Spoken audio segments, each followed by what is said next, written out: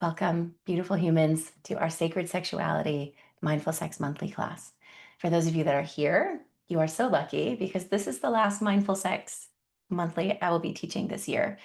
October is the month I am getting married, and in November and December, people don't usually come to classes. So this is the last one of the year, and I will create a beautiful new content flow for January 2026. So please keep your eyes peeled for that. I am Andrea, pleasure coach and sex educator that is rooted in holistic practices and utilizes modern tools for relational transformation. So, whether you are single or partnered, queer or straight, monogamous or open, you are welcome here. I work with individuals and couples and groups to develop relationship intelligence, deeper pleasure wisdom, and expanded erotic consciousness. This class is we are going to dip our toes in to the wide world of esoteric sexuality. So again, if you're new-ish to this topic, I invite you just to sit, take it in, ask questions that you might have, and just know that so much of this work is a practice, right? I feel like it took me like 10 years to figure out yoga. So it didn't take me quite that long to figure out sacred sexuality. But if you are at the very beginning of your journey, just know you are welcome. And we're just starting in this moment. So um, I host these free events as a way to get people interested in this work. It's a community service offering to you as a free offering, and the workshop will be available. So if you want to watch it again or share it with someone, it is available. So yes, I get to make new connections from this. So thank you for your emails. You'll be getting a collection of emails from me over the next few days. Please read them, download the free resources, dive deeper, watch the videos, and really immerse yourself in this beautiful body of work that is my life's mission and my greatest offering to the world. So, my goal as a pleasure coach is to blow your mind with the possibilities that already exist inside of you. I'm not here to tell you what to do, but I'm here to offer you invitations deeper inside yourself. Today's class, focused on sacred sexuality, is again, it's a taste of the wisdom, the skills, the practices that I share with my clients and students, and stuff that I am actively practicing and doing and utilizing in my own relationship with my beloved. Um, for some of you, you may have a disgust response or an ick response when I say the word sacred or even ritual or God. And that's okay. If those words feel tricky to you, I invite you into this in a way that works for you. So if you grew up in a high control religion, or if you escaped a cult or something like that, or if you just grow up in our puritanical culture, you may not like those words. And so you may want to consider this conscious sexuality or mindful sexuality, which is a very broad way of speaking about it. If you don't like the word sacred, you don't have to use it. It's the word that resonates with me and with my connection with spirit. So that's what I will continue to use today. And if it doesn't work for you, just feel that ick response, feel that response that comes up in you, and just know that you get to claim this for yourself because ultimately this is about your body, your pleasure, and your connection with spirit, however that looks for you. So I love teaching these workshops. Thank you for being here. Thank you for spending your Saturday morning or Saturday afternoon with me. As I mentioned, I usually have a gorgeous silver fox of a co-host, but he is off today. So I want to just do a quick check for the folks that are here. If you are new to my work, can you drop a smiley face emoji in the chat and maybe tell me how you found me, whether it was on Plura or Conscious City Guide? That super helps me know where I can connect with more people.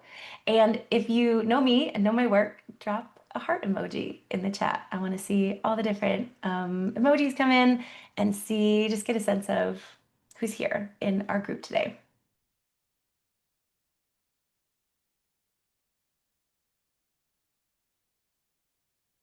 We got a heart. Thank you.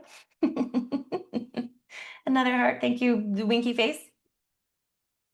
And a heart from Linda. Thank you for being here, Linda. Conscious City Guide. Awesome. Thank you. Great. Well, I'm glad to know that that partnership is working. Thank you for being here. All right. So, as I mentioned before, this is going to be recorded. Your faces are not recorded. I'm going to talk a little bit about sacred sexuality, and then we're going to open it up to Q&A. And when you do Q&A, you're welcome to be video on or video off. We'll stop the recording at that point. And yeah. All right, a bunch of Conscious City folks. That's so great. And somebody else joined for another and still new. Awesome. Well, thank you all for being here. This really makes my heart so happy. So, for the kind of flow of our workshop today, we're first going to talk about what sacred sexuality is. And I find that when I am talking about and when others are talking about the esoteric nature of spirituality, of the sacred, it is sometimes hard to talk about. So I'm going to do my best to talk about what it is for me and what it is in the practices and the readings and the learnings that I have. And again, it may be a little bit different for you.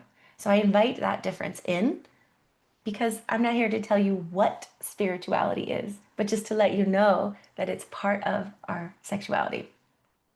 Then we're going to talk about why dropping into a more sacred sexual practice or a more conscious sexual practice is so fucking vital to our relationships, to our planet, to our sense of self. It helps us find a depth of pleasure and a depth of connection that honestly, I don't say this a lot, but I really think all of us are craving at some level.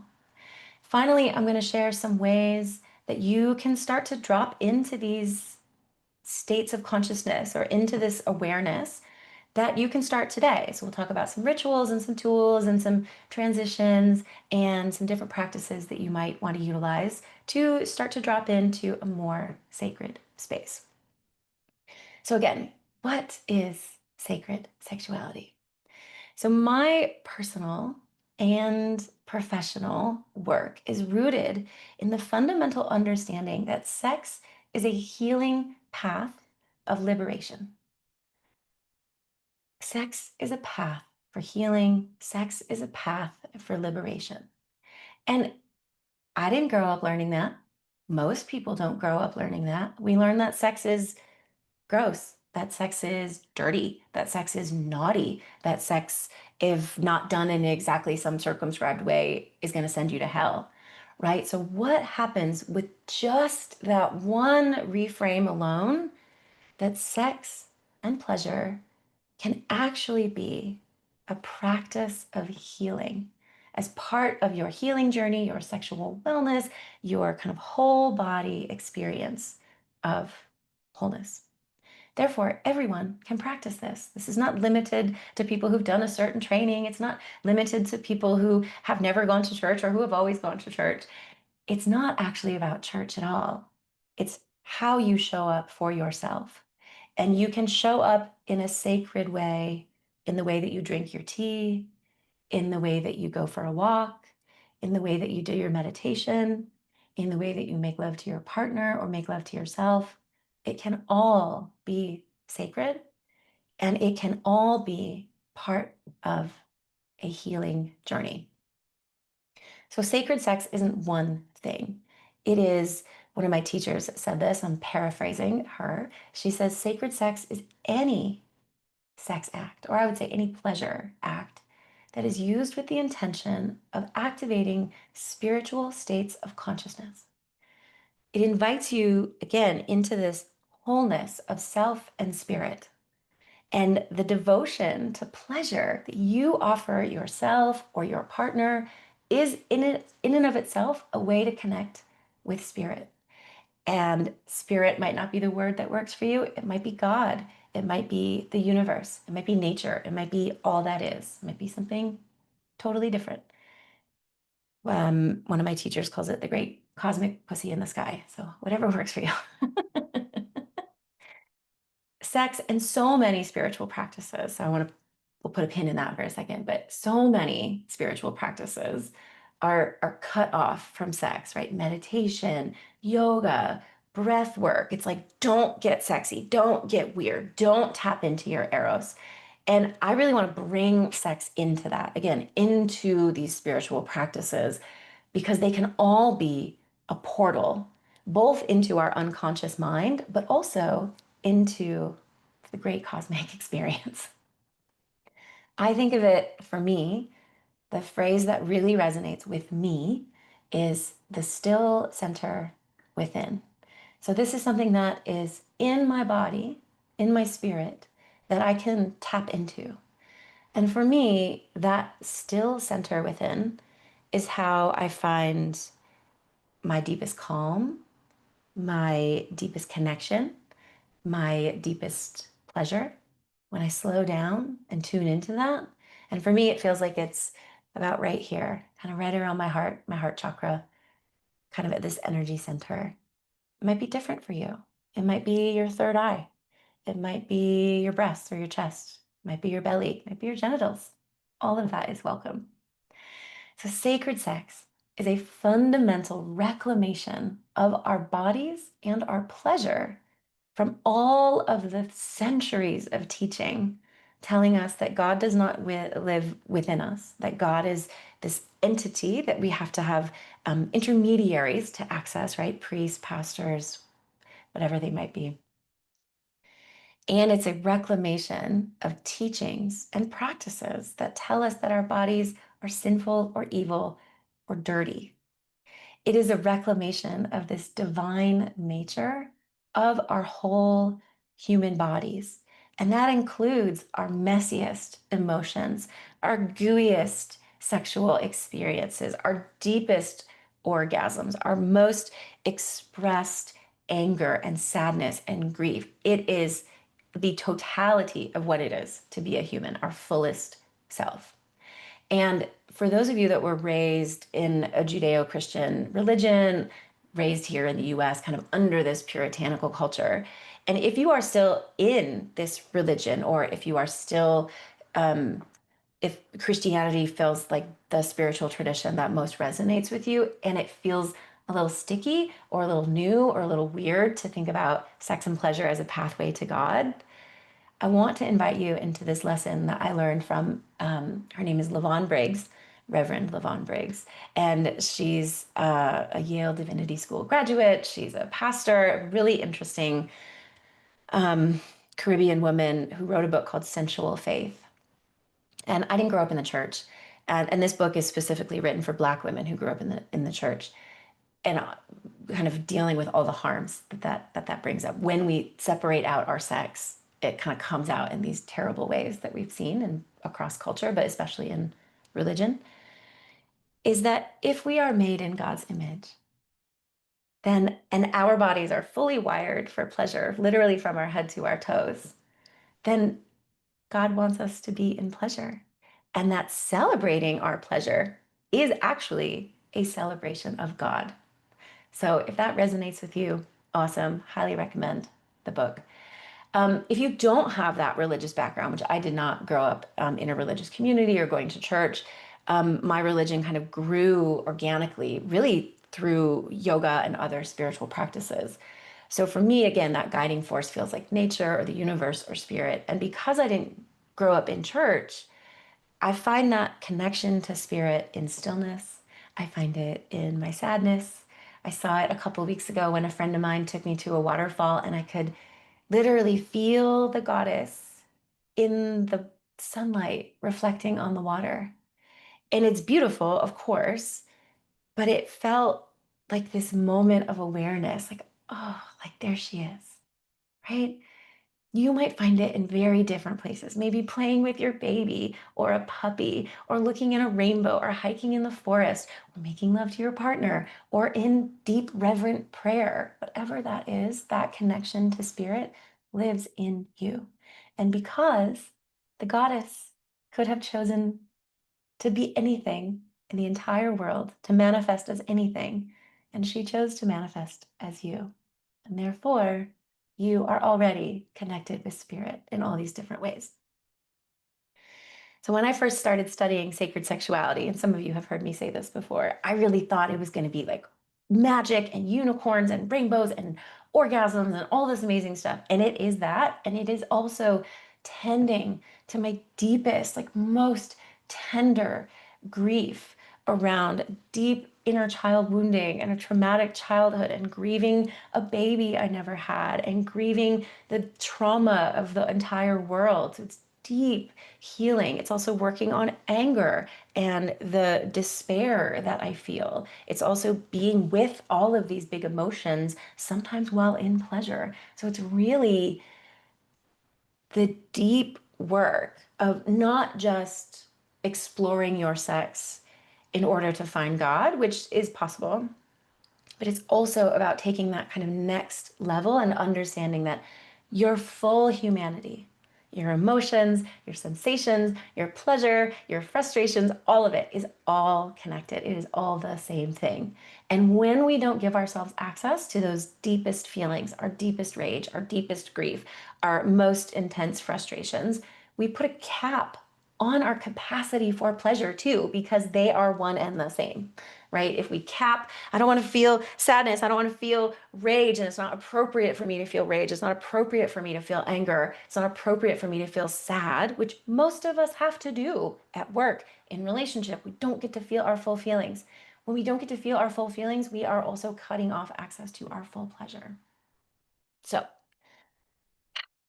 I want to drop in a note about Tantra. Tantra is something that I teach. I teach tantric practices, and like sacred sex can be a part of Tantra, and Tantra is a vast, centuries old religious tradition from India that is so much more vast than sexuality. It is a spirituality practice that includes sex, but it is not fully focused on sex. So I'm always learning about kind of deeper pathways into the tantric path. And that is part of my journey. And today we're going to focus a little bit more on the sex part of it because that's what a lot of people are more interested in. And it's also what I have more experience in. So Tantra is fundamentally this path of self liberation because it is a part of the spiritual journey that we might go on. Your spiritual journey might include church, prayer, some sort of kind of Judeo Christian religious tradition. It might also be yoga. It might also be meditation or Tai Chi or breath work. All of these things are spiritual practices that help you connect to all that's in us, all that is beyond. And so sex is part of that, but it is not, tantra is so much more than sex. So this means, kind of wrapping all of this up, this means that the path to sacred sexuality is really a path towards understanding yourself better, creating less self judgment around who you are, what you like, who you love, and really starting to understand that exactly who you are as a human, exactly what you're feeling in this moment, exactly what you desire, like all of this is welcome. And this invites you into a way to really be more free as a human, as a lover, and in all these different ways. So, are there any questions for that before I jump into the second part about kind of why this is so desperately needed?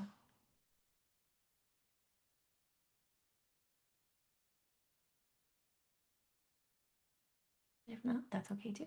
We can also save questions to the end. You are also welcome to, at the end of, well, anyway, yeah. If you have questions, please drop them into the chat and I will get to them when I do. So, why is it so important to explore this path of sacred sexuality? I think it is, as I said in the beginning, something that so many of us are craving in a big way or in a small way. And it is a balm. I don't want to say it's a solution per se, though it could be, but it's a way to help soothe all of the harms that we have all suffered with our sexuality. Somebody just asked in the chat, is transcendence appropriate here? I think transcendence is a lovely word to bring in. And I want to put a pin in that and talk about it and kind of in the next section when we talk about kind of the rituals and the play of how to get to it, because transcendence is, yes, absolutely another way to think about that. So thank you, Hugh. All right. So we live in a culture. So first, we have these religious indoctrination, whether you were raised in it or whether you were just raised in a puritanical culture, which most of us are. We have this indoctrination that we get from a very young age about how our bodies are dirty. Don't touch yourself that way. Don't do that. Don't make noises. Don't be too sexy. Don't be slutty, but save it for this one specific type of heterosexual marriage for reproduction. Don't be too slutty. Don't be too curious about sex, right? This idea that sex is dirty or wrong or bad or that you're going to go to hell. So there's all of this indoctrination.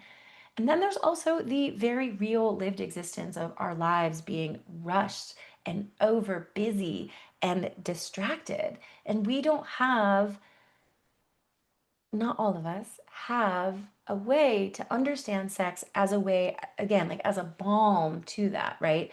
I'm too busy for this, or, I have too much shame to do this, or all of these things. Like those are very real problems and challenges to overcome, but this is exactly the thing that can help heal it.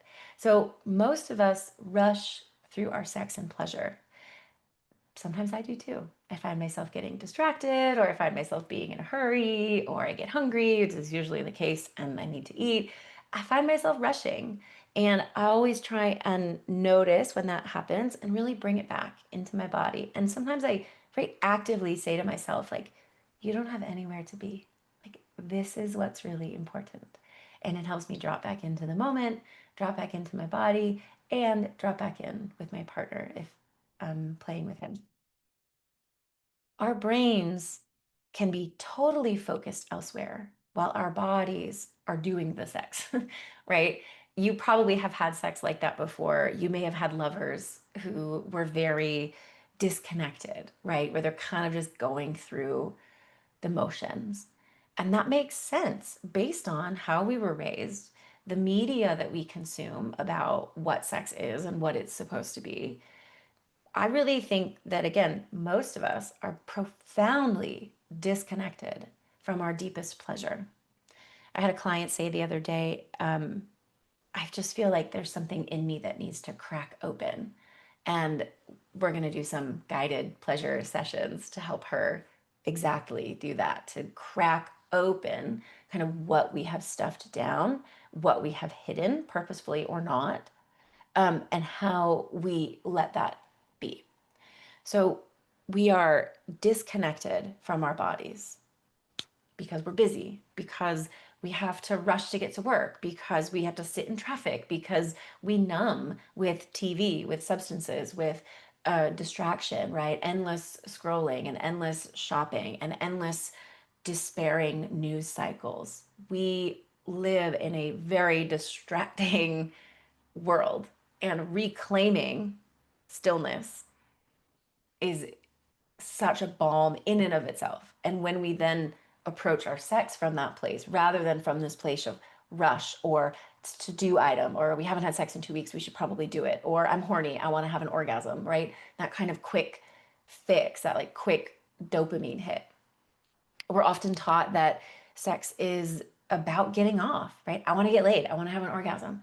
I want to feel a certain way in my body. And for some people, sex can be its own kind of numbing, right? I don't want to feel my feelings, so I want to go have an orgasm so that I can like kind of shut that down for a little while. Others have been taught that sex is about kind of showing off our skills. I want to be the best lover that they've ever had, or I want to be so hot that they like can't get their hands off me, or whatever it is, can't take their hands off me. We're also shown that sex is often super transactional, right? Whether it's something that's quick, something that's an exchange, something that does actually involve money. We also are literally one generation removed from when I was born in 1980, women were not able to get their own credit cards or get their own business loan. Like this is very, very new that we literally do not need a male partner to survive. So this survival, this transactional nature is deeply rooted in protection and self-care and literally being able to survive in this world. So that all that to say, like transactions are not necessarily a bad thing. And when we think of sex as only transactional, then we can get stuck in some of these less conscious practices, right? Um, Most of us learn to have sex in a way that looks really good or sounds really good, right? Do I look okay? Am I making the right moves? How does my hair look? Does my butt look okay?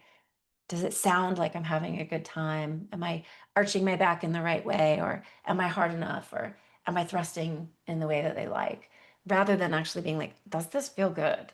Like maybe it really hurts to have your back all arched like that. Like maybe you'd rather be on your side, or maybe you'd rather be on top, or maybe you'd rather just lie there. Like really understanding that sex is meant to be about pleasure, and pleasure is, of course, much wider than sex itself. But we learn to look good instead of actually feel good, especially women, but not exclusively.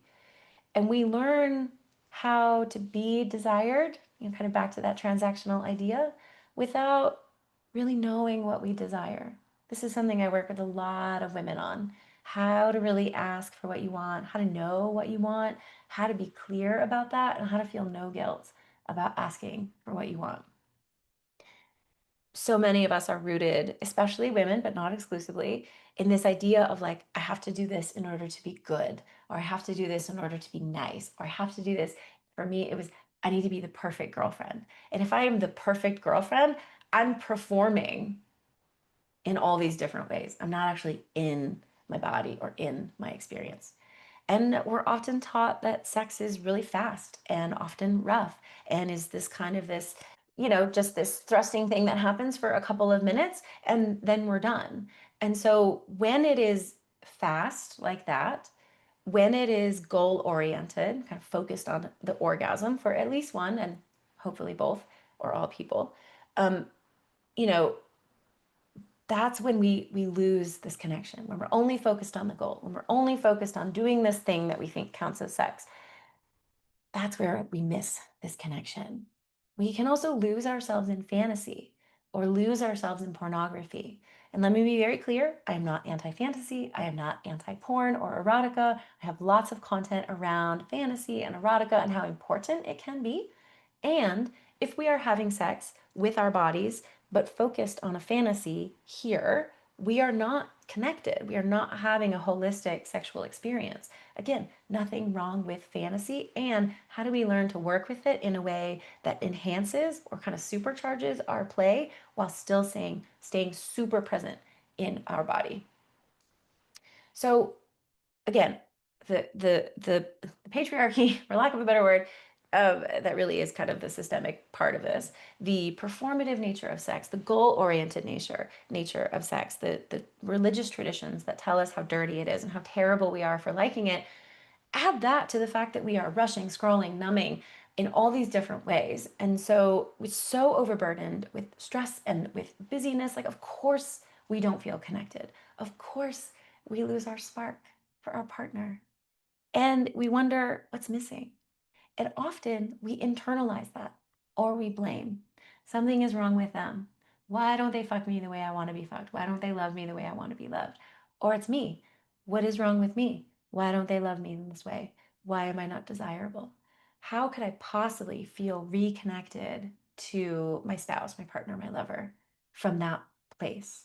So the practices that we'll talk about in a minute are how we start to come back into ourself, into our bodies, into our connection with self or with other. So often we also internalize our deepest shame, fear, trauma. We dislike our body. We joke about our genitals smelling bad or looking weird or not doing exactly what we want when we want.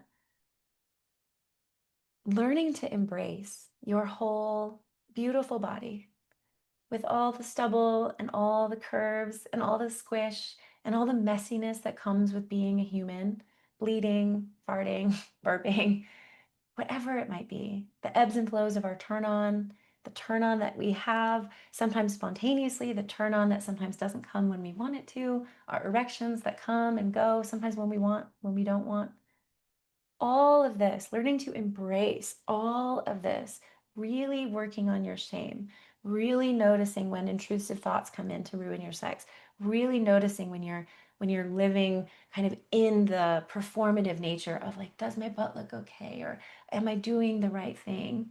Knowing that that comes from shame or stigma that lives deep inside of you, rewiring this part of your body is really, really powerful.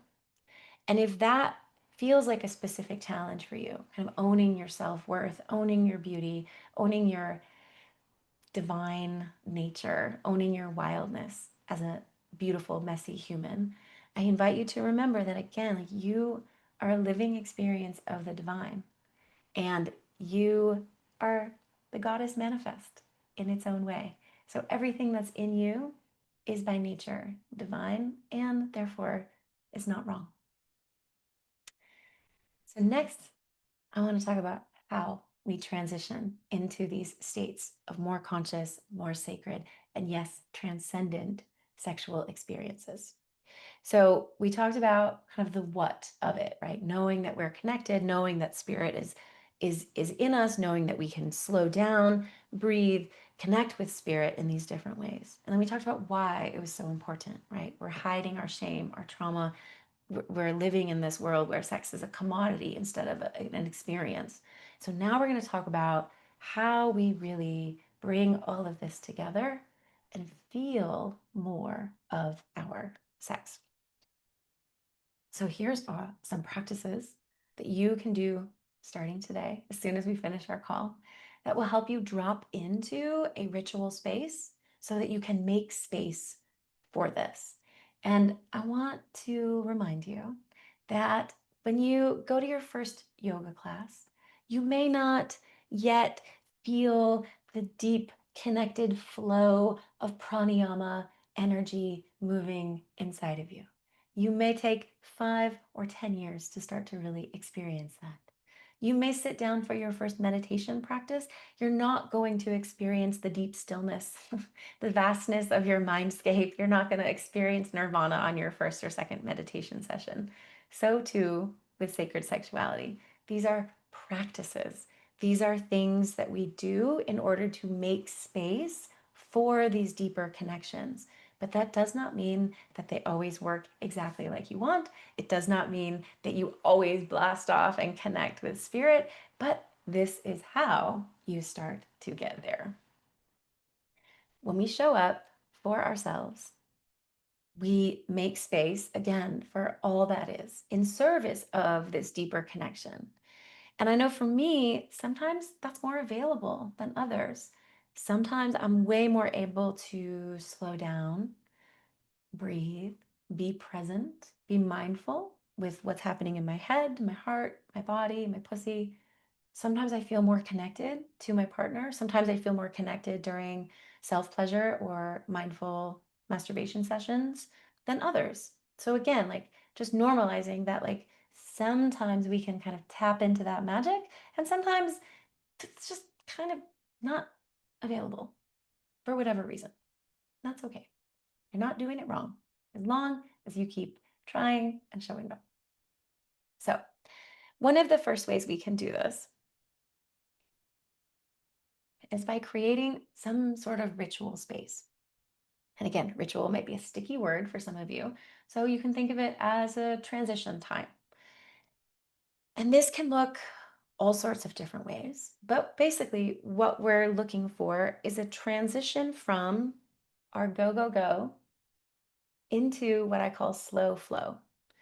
So this transition could be a couple of different things. It can be an action, right? Like I light my candles, I have my little diffuser in the corner here. I adorn my body with scents and oils.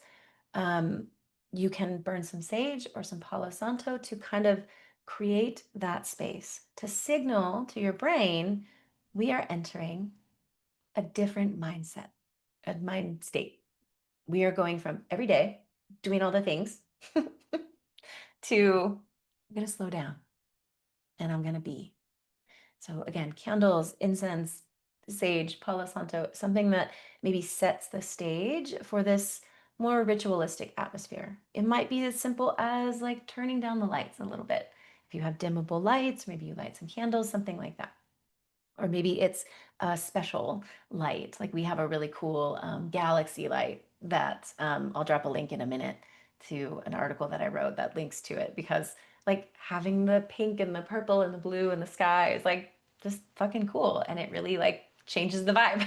So the other thing you could do is literally physically clear your space. In our beautiful new house here in Berkeley, our living room has really turned into our playroom, which is surprising to both of us. And so it's moving furniture, it's laying down blankets, it's moving the pillows, and all of these sort of things that we need to do to literally reconfigure the space. You can also do things for your body. You can take a shower or a bath. You could go on a walk and do some deep breathing. You could pull some tarot cards, whatever it is for you that kind of signals this transition, right? That transition is wholly up to you. So, whatever feels good in the moment or as a regular practice, that's great. I really love to shower or take a bath. That, like being in the water, kind of is a good transition for my body from being on my computer and doing work and having tasks into being like, oh, right. Like, again, this is the point. This is the still center within. I am here in my body. You can also create ritual space or this kind of transitional space with some different food or beverages. You can make a yummy mocktail. You can do some different kinds of elixirs. Cacao is really good here. It's a little too stimulating for me, but cacao is really nice. It's a heart opener, it's a gentle stimulant. So that can really help you kind of get into your body, create a little bit of energy, and definitely create some connection. You can also, some of you know, I love to explore the topic of different substances to help us create these altered states of consciousness. So, this might be as simple as a glass of wine. If you drink alcohol, I just simply cannot anymore. So, mocktails are the way to go for me. But I've been using these really beautiful low dose cannabis that's mixed with kanna. So, it's a really low dose THC and then some kanna, which is heart opening, connecting, down regulating, all this great stuff. You could do a microdose of mushrooms or LSD if you have familiarity with those plants. Yep, cacao, definitely part of it. Um, Cacao in and of itself can be a ritual practice and like a cacao ceremony type of thing, but you can also incorporate it into your transition time. And if you want to get really wonky about it, you can also use all sorts of beautiful herbs like Damiana, which is really connecting. You could do roses, which is really heart opening, all sorts of things. Um, I'm not sure exactly what you're responding to. I'm guessing it's the Damiana. So Damiana is an herb that you can buy in tea or in powdered form. You could take it as a supplement. That's one of the dozens of magical herbs in the world that can open your heart, work with your nervous system, calm you down, add some stimulation, create arousal in some different ways. So if you do have questions about that, I'd be happy to answer more. So one note about substances is I love exploring these types of things. I was never into substances or drugs when I was in my 20s or 30s. This is very like a late in life kind of situation for me. Because for me, somebody who is head kind of dominant tends towards anxiety and busyness. When I can enjoy a substance, whether that's MDMA or mushrooms or this low dose cannabis or again, even cacao, it turns off that part of my brain that keeps me in the busyness and helps me be more present. So these types of substances are not required, but what they offer is a chance to create a new reference point. And I learned that phrase from another teacher of mine who's also really into the plant medicine space. And really understanding that, having an amazing mushroom trip isn't, it can change a lot, but it's also creating new reference points so that, like, oh, I can feel that deeply, or I can love that much, or I can feel that connected. And again, you don't always need the substance to have those connections, but it's a great way to experience some of those deeper reference points and kind of give you a sensation and experience of what is possible. So I'm going to drop a link into the chat. Oh, I see the whole comment. No, so we're talking about cacao, which is the scientific name for chocolate. So the tree is cacao, and somebody typed it in the chat, CACAO. Cacao is the tree, and it is the actual like fruit of the plant.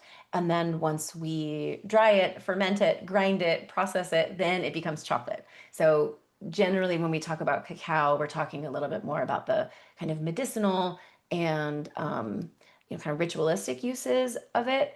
And when we talk about chocolate, it's usually like chocolate bars or chocolate candies or things like that. So regular chocolate itself can also be really stimulating. So even just having like a chocolate bar and eating it really mindfully can still give you a lot of those benefits and things like that. Yeah, great. Glad we figured that out. All right, I'm going to drop a post in the chat right now. This is a post I wrote a while ago about how to set up some sensual spaces. So it's like some of these ritual things, some of these transition things, links to some cool shit that I like little lights and elixirs and things like that. So I'm not sponsored by anyone. It's just things that I love and things that I use all the time in my own partnership. So, one way, again, you can kind of start to drop into these more sacred spaces to make space for a more transcendent or more spiritual or more sacred sex is dropping into some of these rituals, practicing some of them, creating that space. The second one is to really be in the present moment of now. And you might want to start a practice like this with some movement. That might be shaking your ass to a really fun dance song. It might be moving really sensually to something a little bit slower. It might be some yoga or some Tai Chi. You can literally shake off the energy of the day, kind of burn off that kind of anxious or go, go, go energy by literally shaking your whole body. So that's a really fun practice to do. It helps kind of awaken your body, shake off anything that's lingering, helps kind of loosen us up. So start slowly and then you can kind of build. The other way to really drop in, and if you have sat with me for anything more than like 5 minutes, you know that the best, deepest, like most potent way to feel more of the moment is to stay in your breath. So just for a moment now, I want you just to close your eyes, assuming you're not driving or cooking or something. Just close your eyes and notice your breath. We're just going to do this for a minute or so, just to give you a taste of the power of this. I want you to feel your breath as it moves through your body. You might want to put one hand on your heart or another on your belly, maybe on the sides of your ribs, and just feel the breath moving in your body. And if it feels okay, you can start to lengthen your exhales a little bit longer, just 1 or 2 counts longer. So inhale and then extend the exhale.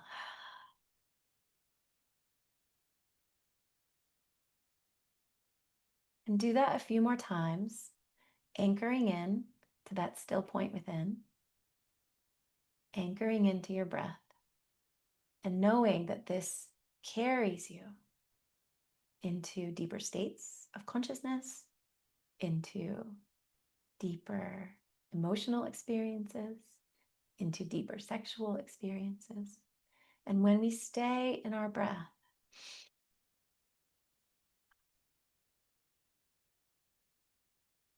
we literally make more space in the moment because we're super checked in to what is happening. So finding that still point within can start with some movement, can start with some yoga, can start with some shaking, and it can start or finish or be included. Your breath can be included in every aspect of it. When we slow down our breath, we down regulate our nervous system. We start to take our brain out of here, more into here. And when we are in our breath, we can experience more sensation, which makes whatever we're doing feel a little bit more alive, a little bit more rich, a little bit more deep. And as you sit in your breath, imagine you've created a ritual space with light and scent and maybe a delicious beverage or a snack, something that transitions you into this different space. And then we really be with all that is. And when you start to slow the mind down, when you have the ritual beverages, which can kind of create like a Pavlovian response. When I drink this thing, then I know I'm going to have sex, and that feels good, right? So you may feel really connected and playful and ready to have sex. Awesome. It may mean that when you slow down, you actually start to feel all of the things that you've tamped down all day. I remember being at a workshop where a friend of mine was leading a meditation, and it was a 5-minute meditation, maybe really short, very beginner friendly. And there was a woman who was sitting across from me who literally, as soon as she closed her eyes and took a few deep breaths, she started crying because most of us, and I resonate with that, I have had that experience too, but to watch her like finally slow down and finally show up for her body, she just broke down because we don't give ourselves space to feel all our feelings. And again, some of that makes sense, right? We don't want to be having a hysterical sobbing breakdown at work. That's not convenient. Maybe that's not the energy we want to bring to our office space. Maybe whatever, lots of reasons. We don't want to have an angry outburst at work either, right? We don't want to have an angry outburst at our partner. Anger is good and valid, but we don't want to take it out on anybody else. So as you start to sit in stillness, you might notice you feel a little sad, or maybe you feel frustrated, or maybe you feel angry, or maybe you just feel joyful. Great. But we're ready and present for all that's here. And you might find when you slow down that there is something you need to get off your chest, something that happened at work, that something that you need to take care of before you drop back in, something you need to say to your partner. Hey, I've been thinking that conversation we had the other day, there was something that you said that didn't sit right with me. Like, can we talk about that? Right? When we make space for all that's in us, again, we allow space for everything that is, right? When we tamp that down, and if we go into sex thinking like, well, there was the thing that they said and it made me feel so shitty, and then like I feel shitty, and so then I can't show up, like sex isn't gonna be as great. It might be okay, but it's not gonna have the depth and the capacity that's really possible.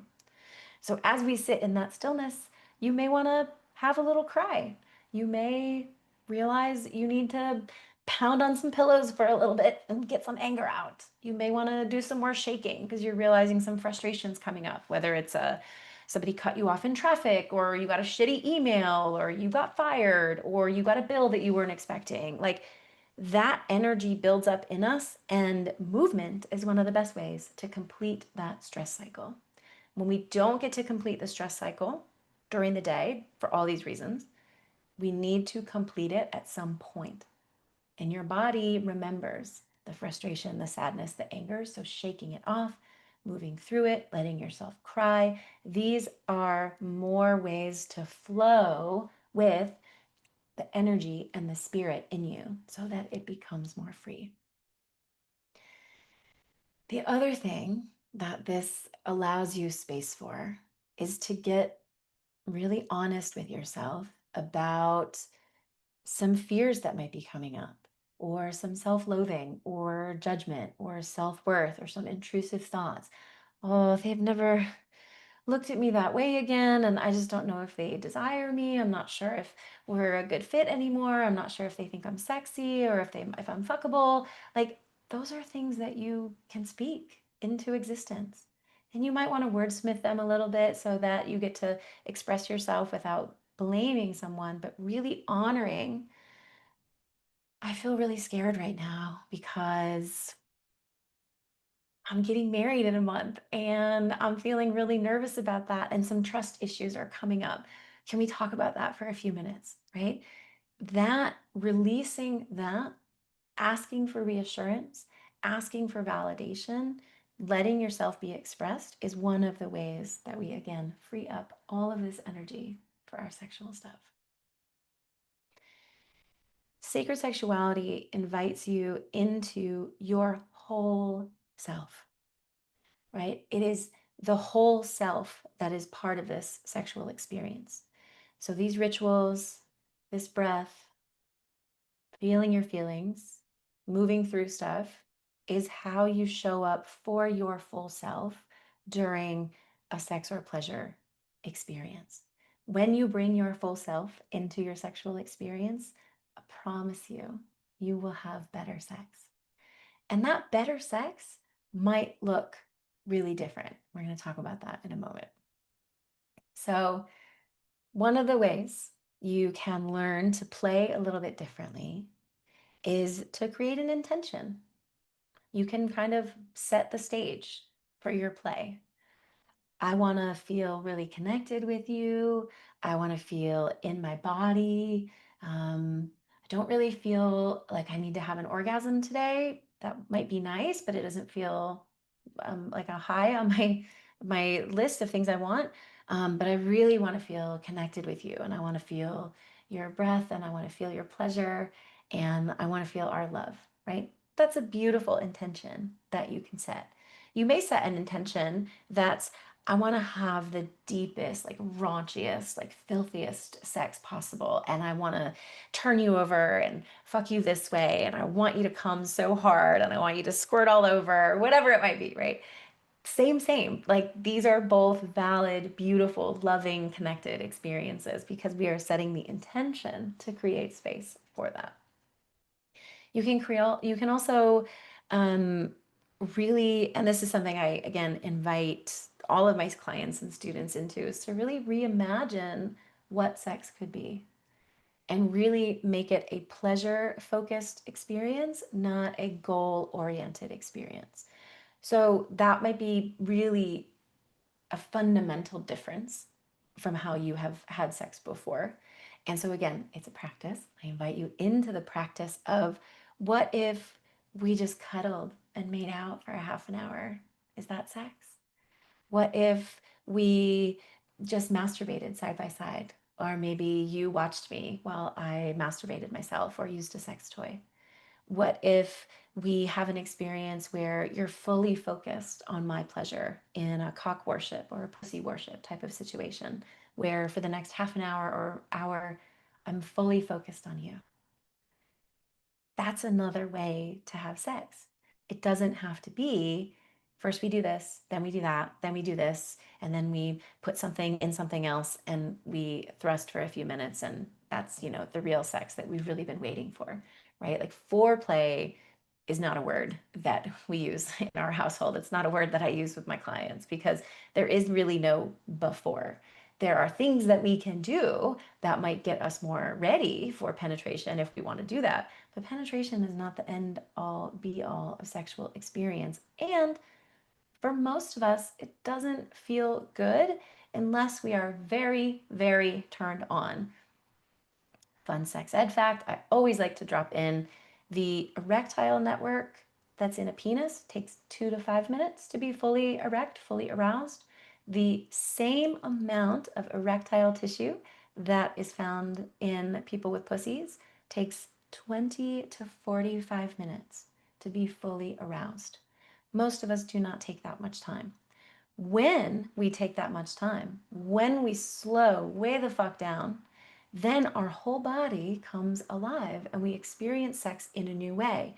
As our arousal deepens, the sensation increases. And as all of that happens, we start to get into some of these altered states, right? Again, breathing into your sex is the other way we can add dimensionality and connection into this. This could be connection with self, connection with the other person who you're breathing with. Could also mean I'm breathing in the energy of the universe and I'm taking it into my body. And when I was on retreat in June, I was at a sacred sexuality retreat and we did some beautiful, I mean, there was a lot of really cool experiences, but we did a bunch of breath work and we did breast massage and we did abdominal massage. And then I was in this beautiful, kind of like ecstatic state where I was facing the ocean and I could feel like I was actually making love with the ocean, right? I could feel the ebb and the flow of the tide, and it was simultaneously making love to the ocean while also making love to Mother Earth, while also making love to the sacred masculine, the divine masculine. It was fucking wild. But that is possible when we, again, set up space, time, ritual, transition to get into these spaces where it creates the opportunity for these deeper connections. The other thing that I invite you to consider is that you can have lots of really deep sex that's actually not sex, right? You can have a deeply um, pleasure filled massage session, whether that's a body massage or a pussy massage or a cock worship, something like that. You can have a wholly transcendent masturbation experience where you have a whole body orgasm and you're breathing through your chakras and you're expanding energy out of your body and into the universe. It takes practice. And yes, that is absolutely possible. So, also, this is not dependent. Connection with spirit, connection with the sacred is not dependent on what type of sex you are having. One of my favorite books about this subject is called Radical Ecstasy by Dossie Easton and Janet Hardy. I'll drop that into the chat. It's out of print, so you may only be able to get like the Kindle or, whatever version of it. But in it, Dossie Easton and Janet Hardy are like the grandmothers of kinky non-monogamy. They're probably in their 70s now. And this book they wrote about exploring sacred states, exploring these altered states of consciousness through the most intense BDSM scenes I've ever read about. And they make it very clear, like, this is not a beginner's BDSM book. So if you are new to kink or BDSM, please don't start here.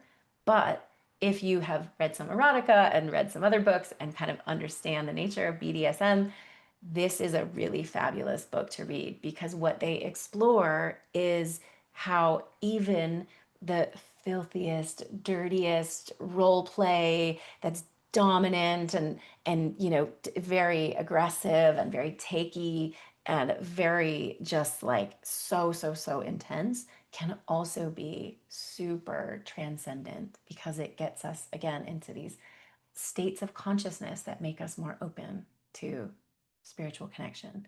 So, highly recommend if you are, you know, a little bit of wisdom about what BDSM is. This is not your BDSM beginners. The other thing that when we show up with our full selves is that sex may start to look really different. And sex may sometimes um, end up in tears. I have had lots of different experiences where I've gotten really close to orgasm and I end up crying instead, sobbing sometimes. Sometimes I've had crying orgasms at the same time. Um, Sometimes and this just happened last week, where we set aside time, we did the rituals, we had the elixirs, we set an intention, and my body just did not cooperate. My stomach was upset, my body was hurting, like everything kind of went wrong. So we had this beautiful experience, but it ended up not being really sex at all because my body was just kind of not on board with me. And I was sad about that. And I let myself be sad about that while also not making it bigger than it was. Like, I wanted to do this thing today. We set aside time. I miss you. I want to connect with you. I would have loved to make love with you in these different ways. And my body was not on board. And I trust my body when she says no. And this is another the aspect of when we show up with our whole selves, when we drop the performance, when we drop the transaction, when we drop the busyness and we get super deep in presence, you have to learn to listen to your body. And when we start to really listen to what our bodies really need, it may not be sex at all. I'll share two more stories and then we'll kind of wrap it up. But so when I was on retreat in June, one of the things I was most excited about, like one of the reasons that made me sign up for this retreat, was that there was a masturbation circle, a sex magic circle with 100 naked women. Experience of a lifetime. I was so fucking excited to go do this. And we had our whole day of workshops. We got dressed up. We put on sparkles. I had all my crystal wand and my jade egg, and I had my lube and I had my towels and everything. I was so fucking excited about this. And I got to the ritual space. We did our prayers. We set our intentions. We moved into pleasure, and my body was like, no. My pussy said, no, thank you. It was too late at night. I was too tired. I was in too much pain. And I was able to just be with that while being sad that I couldn't experience this thing that I was really craving, but also not internalizing that I'm wrong, I'm bad, I'm broken, something's wrong with me that I don't want to masturbate with 99 other people. Instead, I felt my sadness and I let myself be super excited for all of the people around me who were having really beautiful experiences. The other thing I want to add about this is I was listening to a podcast the other day with Dr. Betty Martin, who created the Wheel of Consent, which is a class and a practice I teach. And this is for my men. She talked about how one of the big disservices we do to people who are born and raised as boys and men is that we teach them that they don't have outlets for their the whole breadth of their human needs: intimacy, connection, closeness, validation, um, all of that.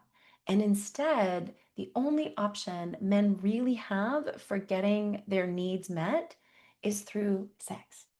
And so, if you are a person who was raised as a boy, who lives as a man, and that resonates with you, I really invite you to get really still, be in your space, and really ask yourself the next time you think, I might want to have sex, really ask yourself, do I want to have sex? Do I really want to have an orgasm? Do I need closeness? Do I just want to snuggle with my beloved? Do I need to take a nap? Do I need to rest? Do I need to create intimacy in a different way that's not actually about sex? Because when we only give men the option to experience closeness and connection and intimacy in sexual practices, then their partners not only miss out on the depth and breadth of all of their emotions, but that means they're not getting their own full experience of sex. Because if my partner is sad and needs some sort of soothing or something, and sex is their only way, like that is going to feel kind of energetically weird to me. If they're coming to me because they want connection with me and they desire me and we want to co-create something together, that's where I feel connected. And I have had partners who have basically treated me like a masturbation sleeve, which is I want to have sex and you need to be available for it. Probably some other women on this call have experienced that as well. So if you are a man, I'm inviting you to really ask yourself, what else is showing up in me? What might I really need? And can I get that through something else? Through a conversation, through cuddling, through going for a walk together, right? Again, nothing wrong with getting your needs for sexual expression met in partnership. I celebrate getting your sexual needs met in partnership if that is the intention and that it's not about all this other stuff. So when we show up with our whole self, when we show up in stillness, we make space for all that is, and we show up to our sexual experience in our messy, crying, turned on, a little bit scared, maybe a little bit hungry kind of wholeness. That's where we build these deeper connections. And when we make space for all of that, we can make space for so, so much more. If this topic interests you, I invite you to join me for my online ecstatic breathwork tomorrow.